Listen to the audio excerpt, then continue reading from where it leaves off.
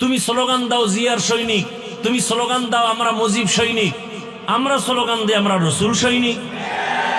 তোমারটায় বাধা দেই নাই, গালি দেই নাই, আমারটায় বাধা দাও কেন? চামড়া তুলে ফেলা হবে, সোজা কথা। আল্লাহ হেদায়াত দান করুন। তুমি মুজিব সৈনিক বলো, কোনোদিন গালি দিছি? আমার জানা মতে কোনো আলেম গালি দেয়নি, হয়তো বুঝের মাধ্যমে দুই একটা কথা কেউ বলতে পারে।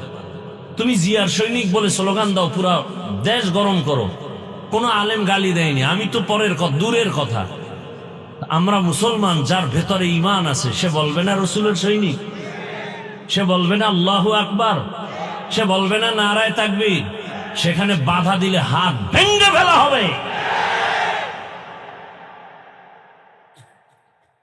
আমি কি বলছি আমি চরমনের সৈনিক, তাবলীগের সৈনিক?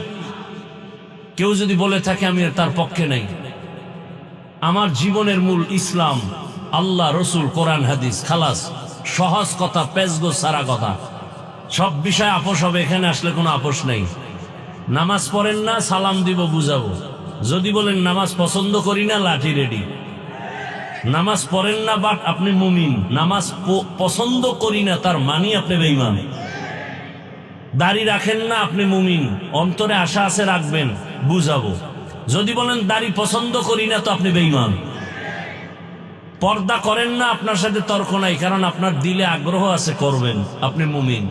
যদি বলেন পর্দা পছন্দ করি না, তার বুঝানোর কোনো রাস্তা নেই, আপনি তাজা বেঈমান। আপনি ইসলামের কোনো রাজনীতি করেন না, আমিও করি না, কোনো দলে আমার নাম নাই, এটার জন্য আপনার সাথে তর্ক নাই।